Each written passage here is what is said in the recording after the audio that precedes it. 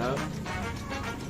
Di sini saya akan mempresentasikan tentang video analisis organisasi di sebuah perusahaan, di mana perusahaan tersebut bergerak di bidang transportasi limbah.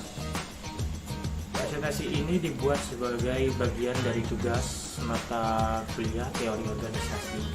Saya akan mengulas profil perusahaan, interaksi dengan lingkungan, struktur organisasi, teori yang relevan, serta budaya dan gaya kepemimpinan perusahaan. Yang pertama akan saya jelaskan adalah deskripsi organisasi. Saya terdapat jenis dan bidang usaha. Perusahaan yang saya jelaskan ini bergerak di bidang jasa, transportasi dan pengolahan limbah B3 maupun non-B, yang mencakup pengangkutan dari industri, perusahaan, kawasan, rumah sakit maupun tempat pengolahan akhir dan landfill.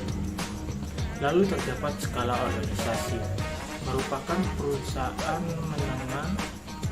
Perusahaan yang saya jelaskan ini merupakan perusahaan menengah dengan kurang lebih 100 karyawan, memiliki armada operasional khusus limbah serta wilayah layanan di berbagai provinsi di Indonesia, terutama di daerah kawasan industri. Lalu terdapat struktur organisasi. Organisasi menggunakan struktur fungsional. Jadi sebuah perusahaan ini menggunakan struktur organisasi fungsional dengan pembagian divisi seperti operasional, marketing, keuangan, SDM, serta kesehatan dan keselamatan kerja atau K3.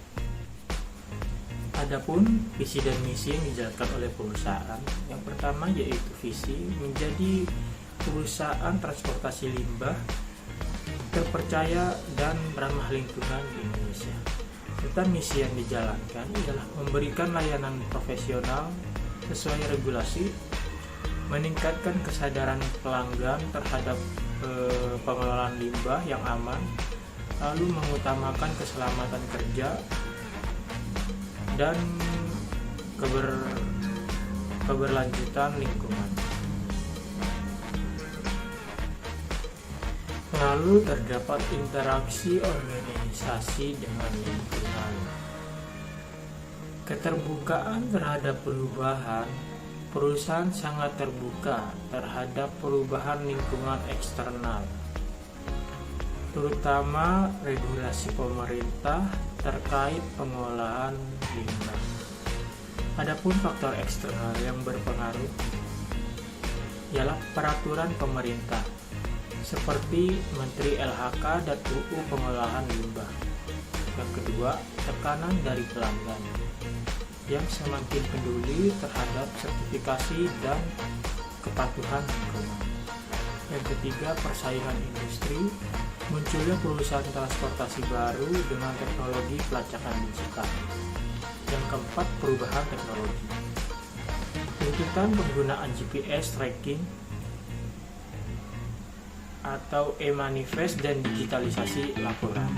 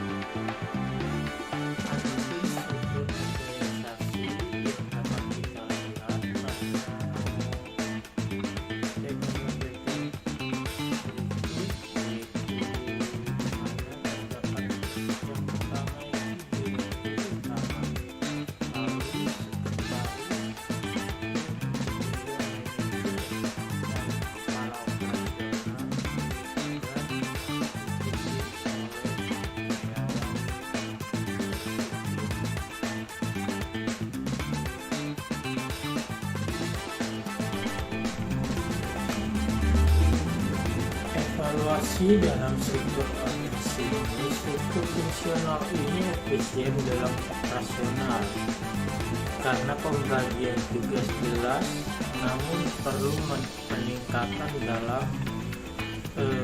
koordinasi antar fungsi, terutama antara operasional dan K3. Struktur ini mendukung pencapaian visi misi, terutama dalam efisiensi pengangkutan dan kepatuhan terhadap standar keselamatan.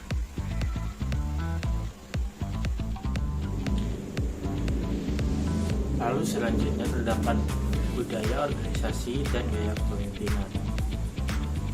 Budaya organisasi didominasi oleh budaya keselamatan dan kepatuhan. Mengingat perusahaan bergerak di sektor yang sangat diatur, karyawan terbiasa mengikuti SOP ketat, termasuk penggunaan APD, pelaporan harian, dan pelatihan rutin. Lalu gaya kepemimpinan.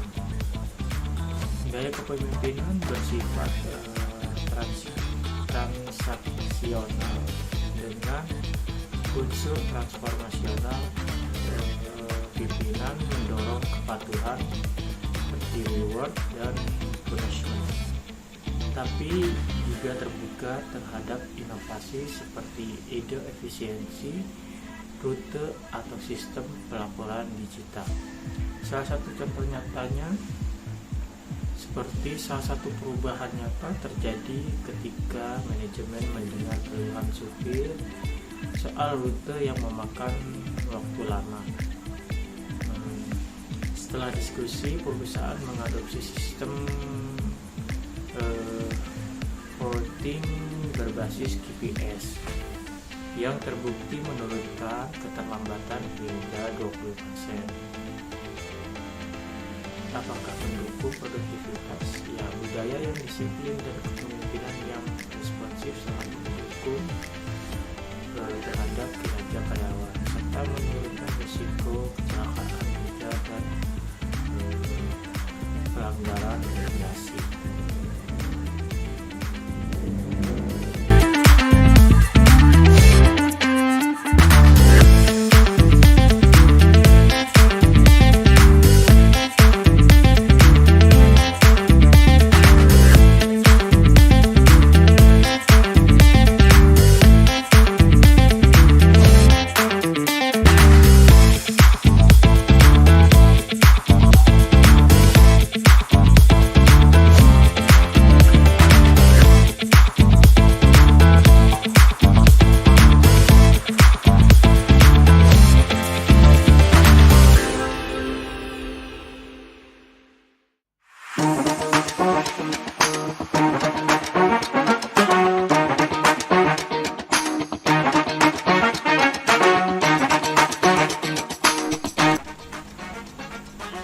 Demikian presentasi saya mengenai analisis organisasi tempat saya bekerja menggunakan perspektif teori organisasi. Semoga dapat memberikan gambaran bagaimana teori-teori organisasi dapat diterapkan secara nyata di dunia kerja, terutama di bidang yang krusial seperti pengolahan. Terima kasih atas perhatiannya. Kurang lebihnya mohon maaf. Wassalamualaikum.